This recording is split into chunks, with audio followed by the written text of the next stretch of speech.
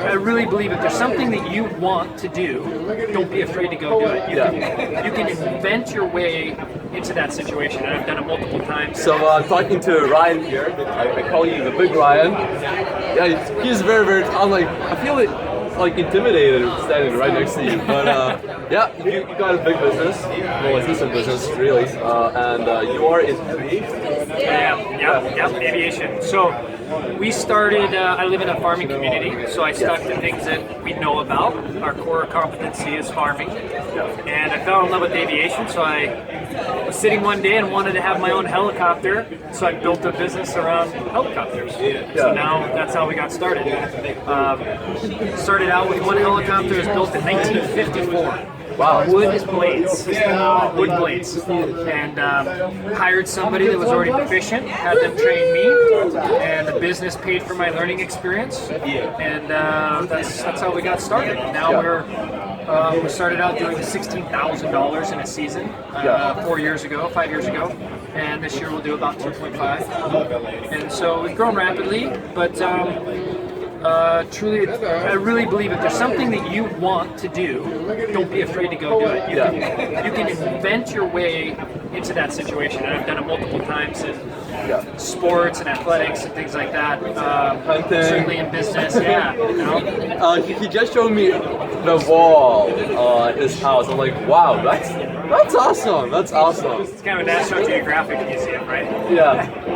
And you showed a few pictures of yourself with mustache. I'm like, that's scary. You gotta have an eclectic view. Culturally, so.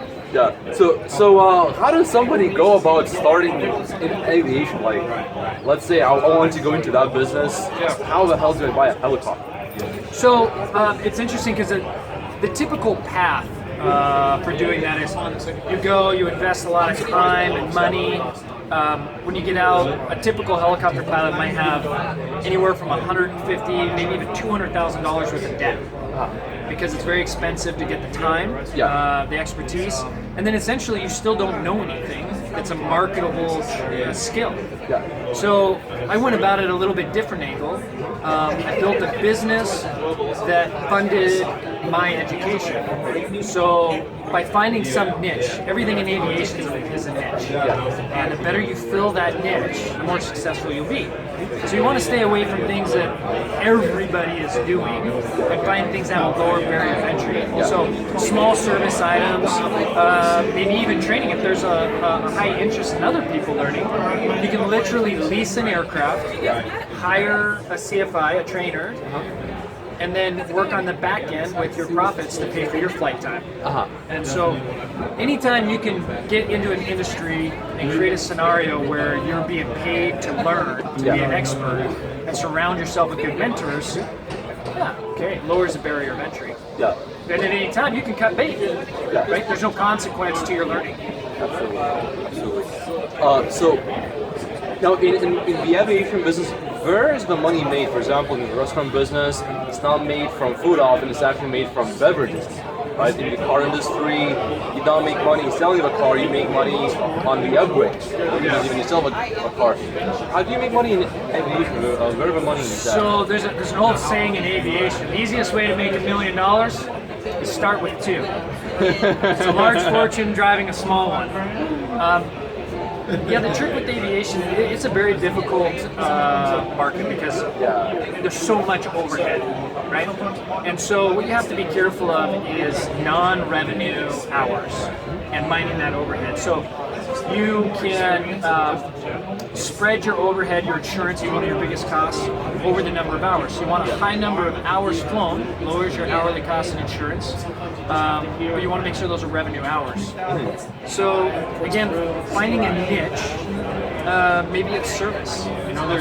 Everybody carves out a different little thing to find where their payday is. A consistency that I have seen in all successful aviation companies is that they control their own destiny, so there's no single point of failure.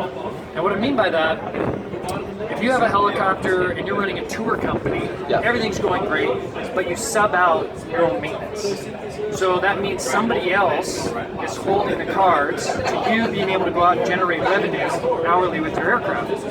well, that becomes a little bit of a pickle Yeah. because there's 4 other people ahead of you. That's your moneymaker. Now you're losing clients because it's not out flying because it has to do a 100-hour service and they can't get to it this week. Yeah. So you have to be vertically integrated and have those resources to be able to really make everything go. And not be afraid to dive in and find people that teach you. It's very scary at first, but there are lessons. I mean, for flying on itself, by itself, is scary to me. Yeah, well, that's the beauty of it, right? So I'm involved in a lot of other activities, right? Like skydiving. I'm a tandem master, teach skiing, paragliding. The biggest thing with people is fear. That's what inhibits them from enjoying those experiences, but it's also part of the thrill. So don't be afraid to venture out of your comfort zone and your bubble because the freedom that it provides you in those life experiences are irreplaceable. You'll know things that and experience things that nobody else will really have. Being able to fly and pilot yourself for the very first time. Talk to any pilot, they all remember their first solo flight. And it's a very magical, scary thing. It must be very, very When scary. they turn you loose and say, all right, try not to die. Oh, that sounds like something you would not really look forward to. Like, I think I will try not to die today. Like, Yeah. I think I will try to like jump off this cliff. And, Yeah, you got it. And I'll try not to die. That sounds like a challenge, right? Yeah, and it's the history in aviation with new pilots. So there's a tradition when you show a level of proficiency, your instructor won't really say anything that day. Yeah. You'll go out. He'll stop on the taxiway. He'll look at you and say, "All right, you got this," and you'll get out. And they've been doing that since the time of aviation. And when you come around and you have finished that, they cut the bottom of your shirt. And it's kind of a ceremonious way of saying welcome to the club, and now you're a true aviator. We've been doing that with, in the World War, they used to send kids, literally, out with minimal hours of training. Yeah. All right, remember what I taught you? Get out there, be safe, and stick to the fundamentals. Airspeed and altitude. And, it worked out pretty good for them. So, Well, I guess for most of them. yeah. Yeah. So yeah, cool. Any final tips for if somebody wants to go into business? Maybe not aviation, but like generally, what do you think is the one thing that everybody should keep in mind? Don't be afraid. Discover the unknowns. Look for unknowns. That's the exciting part about it. At the end of the day, it's the experiences that are the true rewards and bounties. We're driven towards all these other rewards, but for me, the experiences that I've gained, it's amazing. You can't buy it. Cool. Ryan, thank you so much. If somebody wants to find out more about you, about your business, if somebody wants to fly in the helicopter, how do we get in touch with you? Yeah, you can find us at northwindhelicopters.com or see me on Facebook at Ryan McSkee. Cool. Thank you.